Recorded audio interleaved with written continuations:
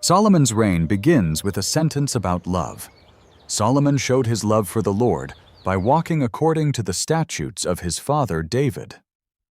That is 1 Kings chapter 3. Solomon's reign ends with a different sentence. His heart was not fully devoted to the Lord his God, as the heart of David his father had been. That is 1 Kings chapter 11. Between those two sentences lies an entire life, and at the end of that life stand three foreign names. Ashtoreth, the goddess of the Sidonians. Molek, the detestable god of the Ammonites. Chemosh, the god of Moab. We have already given Molek his own episode on this channel, so today we follow the other two. A goddess from the seacoast. A god from the desert plateau. Most readers pass over these names in a single breath. The Bible slows down to record them. Who were they? What did they promise? And why did the wisest king in Israel build a place to worship them, on a hill within sight of the temple he had built for the Lord? Nobody falls in a single step. The text does not say, Solomon renounced the Lord. It says, his heart was not fully devoted. That is a quieter kind of failure. The word the Hebrew uses is shalem. Shalem means whole, complete, undivided. The same root behind the word shalom, peace. So the charge against Solomon is not rebellion. The charge is division. A heart split between two claims, and the writer of Kings makes it visible. He does not describe Solomon's inner life. He describes what Solomon built. Because in the ancient world, devotion had an address. You could walk to it. You could point at it from your window. 1 Kings 11 tells us the address, a hill east of Jerusalem. Today we call it the Mount of Olives. To reach the temple of the Lord, worshippers climbed one hill. To reach these shrines, they climbed the hill facing it. Two hills, one valley between them. The Kidron Valley. That valley is the whole story of this episode. Start with Ashtoreth. Sidon was a Phoenician port on the coast of modern Lebanon. The Sidonians were sailors, traders, and craftsmen, and their great goddess was known across the ancient world. Outside the Bible, her name appears as Ashtoreth. The Greeks called her Astarte. Farther east, in Mesopotamia, the same divine figure appears as Ishtar. We will meet Ishtar properly in a later episode, in the days of the prophet Jeremiah. Today we stay on the coast. We know Ashtoreth from real documents, not from guesswork. She appears in the clay tablets of Ugarit, a Bronze Age city in northern Syria. She appears in Egyptian texts. She appears on Phoenician royal inscriptions. One of the most important sits today in the Louvre in Paris. It is the stone coffin of a boy king of Sidon named Eshmunazar II. Its Phoenician inscription was uncovered in 1855. In it, the royal family boasts of the temples they built, a temple for Astarte in Sidon by the sea. And the king's mother, Queen Amoashtarth, carries a title, Priestess of Astarte. So when 1 Kings calls Ashtoreth the goddess of the Sidonians, that is not a slur. That is an accurate description of Sidonian state religion. Now, what did she actually govern? Here we must correct a popular assumption. Ashtoreth is usually described as a fertility goddess. That is only half true. The South African scholar Isaac Cornelius catalogued the surviving images of her in a study called The Many Faces of the Goddess. What he found was not a gentle mother figure. He found weapons. She is shown armed. She is shown on horseback. In Egypt, she was adopted as a goddess of the chariot and the battlefield. Ashtoreth is a goddess of love and war, desire and violence, held in one pair of hands. And there is a strange fingerprint of her name buried inside the Hebrew Bible itself. In Deuteronomy chapter 7, Moses blesses the land. He promises grain and oil and the calving of the cattle and the young of the flock. Ordinary words, a farmer's list. But look at the Hebrew. The phrase for the young of the flock is Ashtaroth Tzoneka, That is her name. The same consonants, the plural form, sitting in the middle of Moses' blessing as an ordinary word for newborn lambs. And the word right beside it does the same thing. Shagar, the calving of the cattle, was also the name of a god. We know this because both names appear together on a plaster wall in Jordan. A text from around 825 BC, found at a site called Deir Allah in 1967. It describes the visions of a seer named Balaam, son of Beor. Yes, that Balaam. And in it, Shagar and Ashtar stand side by side as divine names. The same pairing, the same two words. In Deuteronomy, they are not gods anymore. They are livestock. Scholars debate which came first, the word or the goddess. But the overlap is real, and it tells us something. These names were so common in the world Israel lived in that they had worn down into vocabulary. Ashtoreth meant increase. More lambs, more children, more ships returning full. Here is a detail most readers never notice. The Bible does not call her Ashtoreth. It calls her Ashtoreth. Ancient Hebrew was written with consonants only. Vowels were added much later by scribes called the Masoretes. The consonants of her name are stable everywhere in the ancient world. A, S, T, R, T. But the vowels in the Hebrew text do not match. They match a different Hebrew word. Bosheth. Bosheth means shame. Many scholars conclude the vowels were swapped deliberately. Her name was made to be spoken with the sound of shame inside it.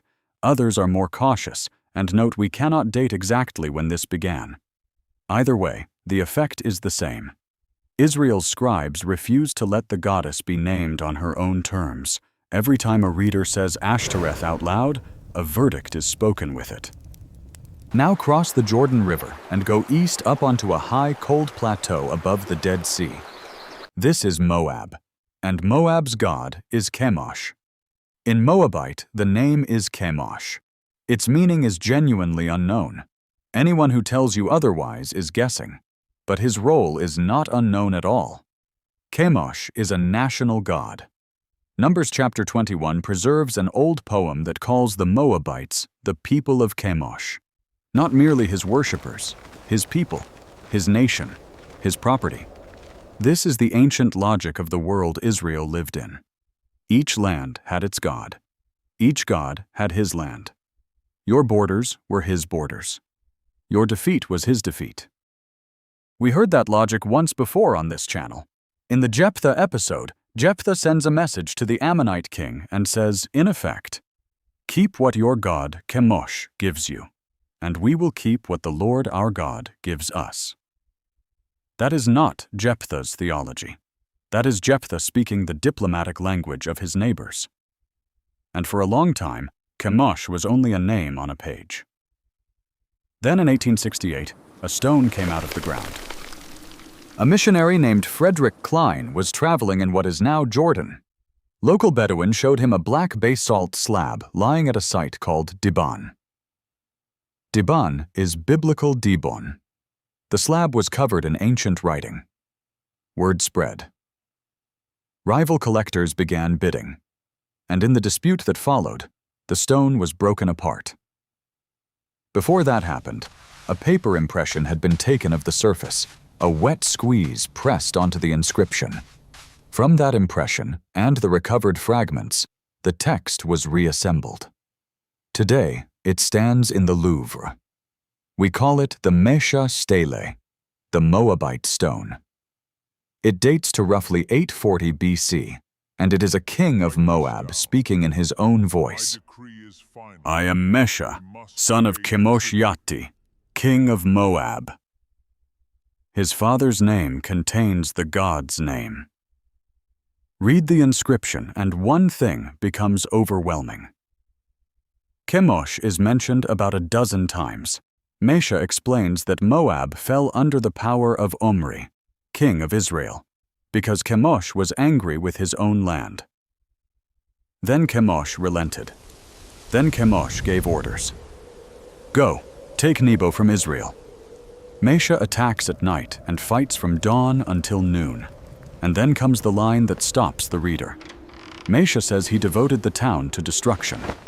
The Moabite word he uses is the same word Hebrew uses, harem, the word used of Jericho, the same vocabulary, the same theology of total devotion. Only the name of the god is different. And Mesha says he devoted them to a deity named Ashtar Chemosh. Read that name again. Ashtar Chemosh, the god of Moab, and the divine name we have been tracking all episode, fused into one title. Scholars are honestly divided about what this compound means. It may be Chemosh paired with a consort. It may be a local title, a Moabite face of a wider Semitic deity. We should not claim more than the stone says. But there it is, our two gods standing side by side in a Moabite king's own handwriting. Two more things on this stone matter enormously. First, Mesha says he took vessels belonging to Yahweh and dragged them before Chemosh. That is the earliest known mention of the name of Israel's God outside the Bible. Written by an enemy. Written to insult. Preserved anyway.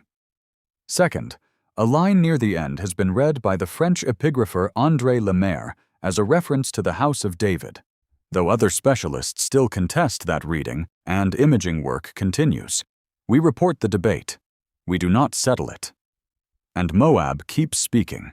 At a site called Kirbat Ataruz, biblical Ataroth, a town Mesha claims he captured, excavators led by Chang Ho-ji uncovered a small sanctuary.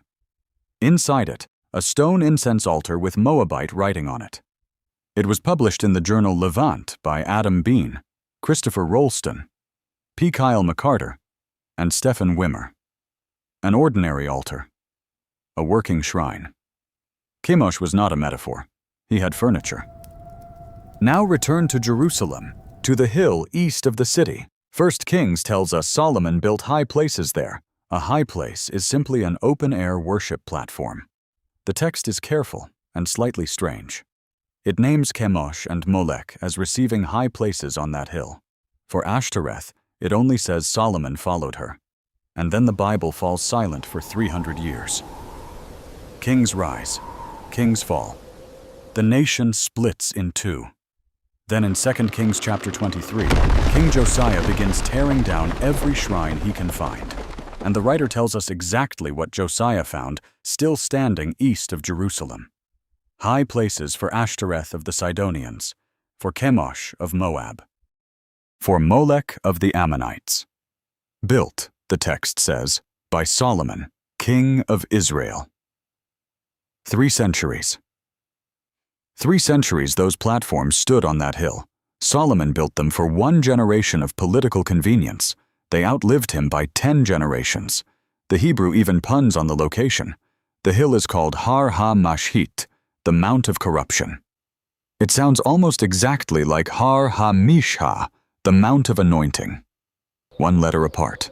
The place of anointing and the place of ruin, separated by a single sound. So what did these two gods actually offer? Ashtoreth offered increase, fuller flocks, fuller wombs, fuller ships. Chemosh offered victory, a god who fights for your borders and hands you your enemies.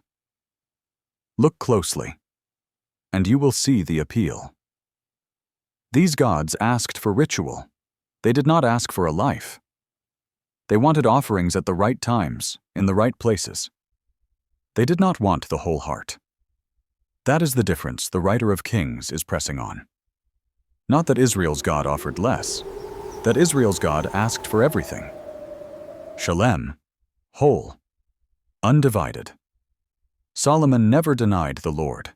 He simply added, a shrine for the coast, a shrine for the plateau, a shrine for the alliance. And a divided heart does not announce itself. It builds quietly on the hill across the valley where the view is good. The Bible does not tell us Solomon stopped loving God. It tells us he stopped loving God only. That is the whole indictment. And it took 300 years and a reforming king to finish clearing away what one wise man built in his old age. The kingdom splits, the high places stay, the nation drifts. And into that drifting nation, God sends a man out of nowhere.